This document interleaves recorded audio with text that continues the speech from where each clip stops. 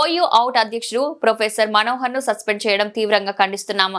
దీన్ని బేషరతుగా ఉపసంహరించుకోవాలని బీసీ సంక్షేమ సంఘం జాతీయ అధ్యక్షుడు ఆర్ కృష్ణయ్య అన్నారు.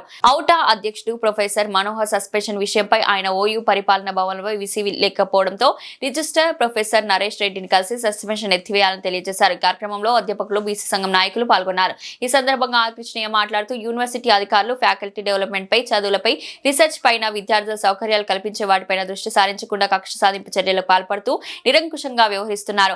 ఈ వైఖరి మార్చుకోవాలని రిజిస్టర్ దృష్టికి తీసుకుపోవడం జరిగిందన్నారు. ప్రపంచవ్యాప్తంగా యూనివర్సిటీకి మంచి పేరుంది. పెద్ద పెద్ద నాయకులు ఇక్కడ విద్యను అభ్యసించారు. అలాంటి యూనివర్సిటీని భ్రష్టు పట్టించే ప్రయత్నాలు కొనసాగుతున్నాయి. ప్రైవేట్ యూనివర్సిటీలకు విచ్చలవిడిగా పర్మిషన్లు ఇచ్చి ప్రైవేట్ యూనివర్సిటీలు అభివృద్ధి చెందుతూ ఓయూ లాంటి ప్రభుత్వ యూనివర్సిటీలు కుంటుపడుతున్నాయని మండిపడ్డారు. ఇక్కడ సిబ్బంది జీతాలు మెరుగుపరచాలి, కాంట్రాక్ట్ అవుట్సోర్సింగ్ ఉద్యోగులను పర్మనెంట్ చేయాలి.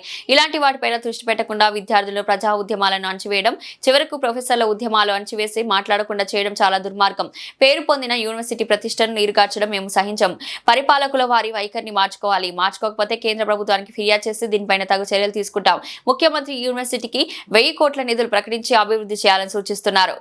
కానీ ఇక్కడ పరిపాలకులు దానికి తగ్గట్టుగా ప్రవర్తించడం లేదు. వారు వ్యక్తిగత ప్రయోజనాల కోసం, వ్యక్తిగత కక్షల కోసం వ్యక్తుల మీద పగ తీర్చుకోవడం, ఈర్ష్య, అసూయ, ద్వేషాలను పెంచుకోవడం తగదని సస్పెన్షన్ ను వెనక్కి తీసుకుని ఎడల బీసీ నాయకులతో ఉద్యమం చేపడతామని హెచ్చరించారు.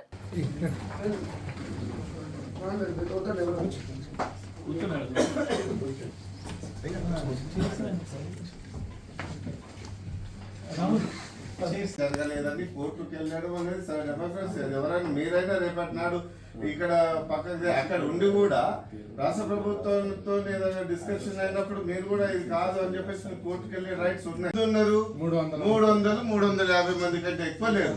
అంటే మీరు సస్పెండ్ చేసుకుంటూ పోతే విద్యా వ్యవస్థను అసలు ఎక్కడ ఏ పక్క దారి పట్టియాలనేది మెసేజ్ ఇస్తున్నారు యూనివర్సిటీ విద్యార్థులకు. ఒక్కసారి మీరు ఆలోచన చేయాలి సార్.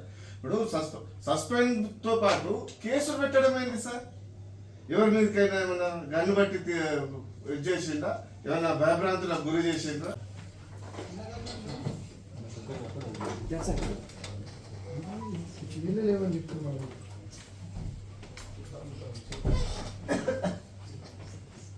రాని కదా ప్రొఫెసర్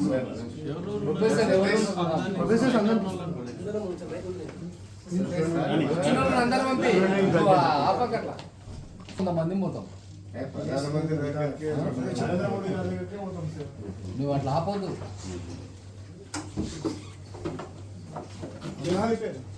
గొప్ప యూనివర్సిటీ ఇది.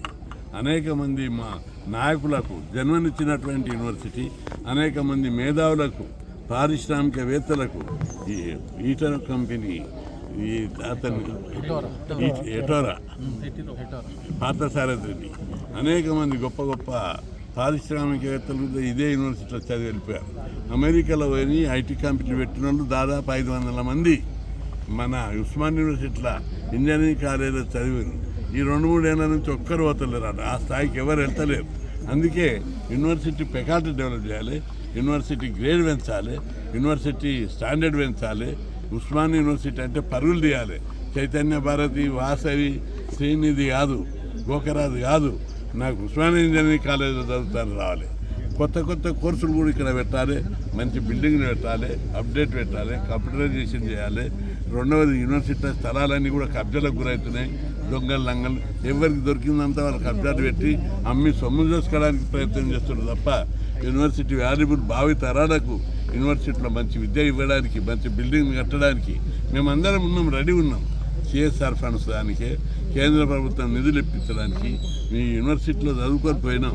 యూనివర్సిటీ కాలేజ్ ప్రెసిడెంట్ ఉన్నాను నేను 1982లో.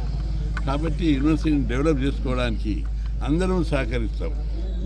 యూనివర్సిటీని డెవలప్ చేయాలని ముఖ్యమంత్రితో సహా ప్రధానమంత్రి కూడా ఇక్కడ డెవలప్ చేయాలని, దీన్ని హిస్టారికల్ యూనివర్సిటీ, ప్రపంచంలోనే గుర్తింపు పొందినటువంటి యూనివర్సిటీ ఉస్మానియా ఈరోజు వెలవెల్లబోతుంది. టీచర్లను సస్పెండ్ చేద్దామా? ఊటా ప్రెసిడెంట్ అంటే ఉస్మానియా యూనివర్సిటీ టీచర్స్ ప్రెసిడెంట్, అది చాలా పెద్ద హోదా. అసలు ఆయనను సస్పెండ్ చేద్దామంటే నువ్వు ఎవరిని భయపెడుతున్నారు మీరు? ఫెకల్టీ ఆయనను సస్పెండ్ చేస్తే మిగతా వాళ్ళందరూ గులామీలు చేస్తారు అనుకుంటావా? అట్రాసిటీ కేసులు పెట్టడం ఏమిటి వాళ్ళ మీద? అట్రాసిటీ కేసులు ప్రొఫెసర్ల మీద పెడతారు. అట్రాసిటీ వద్దని వాళ్ళే బోధిస్తారు. కాబట్టి కేవలం భయానక వాతావరణం సృష్టించడానికి చేస్తున్నారు. ఈ వైఖరి మార్చుకోవాలి. మార్చుకోకపోతే మాత్రం వేలాది మంది ప్రజలతోటి ఉస్మానియా సిటీ మీద పెద్ద ముట్టడి చేస్తామని చెప్పి ప్రెసిడెంట్ అయినటువంటి మనోహర్ గారిని, ప్రొఫెసర్ మనోహర్ గారిని సస్పెండ్ చేయడం తీవ్రమైన విషయం. దీన్ని ఏకపక్షంగా చేశారు. దీన్ని అన్కండిషనల్గా ఉపసంహరించుకోవాలని రిజిస్ట్రార్ గారికి చెప్పడం జరిగింది. వైస్ ఛాన్సలర్ గారు లేరు. యూనివర్సిటీ నిరంకుశంగా పోతుంది. యూనివర్సిటీ ఫ్యాకల్టీ డెవలప్మెంట్ మీద, చదువు మీద, రీసెర్చ్ మీద, పిల్లలకు సౌకర్యాలు కల్పించడం మీద దృష్టి పెట్టకుండా కక్ష సాధింపు చర్యల మీద యూనివర్సిటీని బలహీనపరిచి లాస్ట్కి భూములు కూడా కబ్జా పెట్టేటందుకు ఇండైరెక్ట్గా ప్రోత్సహించే పద్ధతి లోపల యూనివర్సిటీ పాలన కొనసాగుతుంది. ఈ వైఖరి మార్చుకోవాలని చెప్పి రిజిస్ట్రార్ దృష్టికి తేవడం జరిగింది. ఒకప్పుడు ఉస్మాన్ యూనివర్సిటీలో మేము అందరం చదువుకున్నాం. మంచి నేషనల్ లెవెల్ అని ఉస్మాన్ యూనివర్సిటీకి మంచి పేరు ఉంది. పివి నరసింహారావు, పాటిల్, పెద్ద పెద్ద ప్రధానమంత్రులు, కేంద్ర మంత్రులు, జయపాల్ రెడ్డి లాంటి మహానుభావులు, అనేక మంది గొప్ప గొప్ప నాయకులు యూనివర్సిటీలో చదువుకున్నారు. ఇలా చదువుకున్న వాళ్ళు మంత్రులు అయ్యిండ్రు, చీఫ్ మినిస్టర్లు అయ్యిండ్రు, కిరణ్ కుమార్ రెడ్డి అయ్యిండు, జయపాల్ రెడ్డి కేంద్ర మంత్రి అయ్యిండు. అనేక మంది గొప్ప గొప్ప వాళ్ళు అయినటువంటి గొప్ప చరిత్ర కలిగిన ఉస్మాన్ యూనివర్సిటీని ఈరోజు భ్రష్టు పట్టించారు. ప్రైవేట్ యూనివర్సిటీలకు విచ్చలవిడిగా పర్మిషన్లు ఇచ్చి పోతుంటే ప్రైవేట్ యూనివర్సిటీ వెలుగులు వెలుగుతున్నాయి. ఉస్మాన్ యూనివర్సిటీ లోపల దోమలు ఉన్నాయి. అంత దోమలు ఈగలు మోయేటట్టు చేశారు. ఈ వైఖరి మార్చుకోవాలి. ఇక్కడ సిబ్బంది జీతాలు మెరుగుపరచాలి. ఇక్కడ పర్మనెంట్, టెంపరీ అవుట్సోర్సింగ్ ఉద్యోగులకు జీతాలు, బాండెడ్ లేబర్ తక్కువ జీతాలు ఇస్తున్నారు. వాళ్ళ జీతాలు పెంచాలి. యూనివర్సిటీలకు చాలామంది అవుట్సోర్సింగ్, టెంపరీ ఉద్యోగులకు పర్మనెంట్ చేయాలి. వాటి మీద దృష్టి పెట్టకుండా విద్యార్థులను అణచివేయడం, ప్రజా ఉద్యమాలను అణచివేయడం, చివరకు ప్రొఫెసర్ల ఉద్యమాలు వాళ్ళ డెమోక్రటిక్గా మాట్లాడడానికి కూడా ఛాన్స్ లేకుండా దెబ్బతీయడం అనేది చాలా దుర్మార్గం. ఈ విషయం లోపల యూనివర్సిటీ తమ వైఖరిని మార్చుకోవాలని, వాళ్ళు ఇక్కడ ఫ్యాకల్టీ ఎట్లా డెవలప్ చేయాలి, ప్రొఫెసర్లను ఎట్లా, రీసెర్చ్ ఎట్లా డెవలప్ చేయాలి, కొత్త కోర్సులు. ఈరోజు ఆర్టిఫిషియల్ ఇంటెలిజెన్స్ వచ్చింది, కంప్యూటర్ లోపల రోజు రోజు చాలా మార్పు వస్తుంది. అప్డేట్ యూనివర్సిటీ చేసి విద్యా ప్రమాణాలు పెంచవలసినటువంటి అవసరం ఉంది. ఇప్పుడు ప్రైవేటు యూనివర్సిటీలు, ప్రైవేట్ కాలేజీలు ఉన్న స్టాండర్డ్ కూడా ఒక సిబిఐటి ఉంది. నువ్వు ఉస్మానియాలో చదువుతావా, సిబిఐటికి పోతావా? నువ్వు ఇంజనీరింగ్ మెరిట్ స్టూడెంట్ని అడిగితే నేను సిబిఐకి పోతా, వాసవికి పోతా అంటారు తప్ప నువ్వు ఉస్మానియాలో చదువుతా అంటలేరు. అదే 10 ఏళ్ల కింద, 20 సంవత్సరాల కింద కొందరు పిల్లలు ఆప్షన్ అడిగితే నేను ఉస్మాన్ యూనివర్సిటీకి పోతుంటే చదువుతా ఇంజనీరింగ్ అంటుంది. అట్లాంటి స్టాండర్డ్ నుంచి దిగజారిపోతుంది. యూనివర్సిటీని ఎడ్యుకేషన్ స్టాండర్డ్ పెంచాలి. ఫ్యాకల్టీని ఫుల్ స్కేల్, ప్రొఫెసర్లు లేరు, అసోసియేట్ ప్రొఫెసర్లు లేరు, అసిస్టెంట్ ప్రొఫెసర్లు లేరు. టీచింగ్ ఫ్యాకల్టీ బలహీనమైపోయింది. దాదాపు 1200 నుంచి 1500 మంది ఫ్యాకల్టీ లేదు. ఈరోజు కాంట్రాక్టు, పార్ట్ టైం లెక్చరర్లకు సాలరీస్ తరిగిస్తలేరు, పర్మనెంట్ చేస్తలేరు. వీళ్ళందరినీ రెగ్యులరైజ్ చేయవలసిన అవసరం ఉంది. అనుభవం ఉంది, మంచిగా టీచింగ్ చేస్తారు. యూనివర్సిటీలో కొన్ని 100 మంది ఐఏఎస్లు అయ్యారు, ఐపీఎస్లు అయ్యారు. ఇప్పుడు పేరుగాంచినటువంటి ఒక యూనివర్సిటీ, హిస్టారికల్ యూనివర్సిటీ ఈరోజు మస్కవారడం మేము చూస్తూ పేచకపత వహించాం.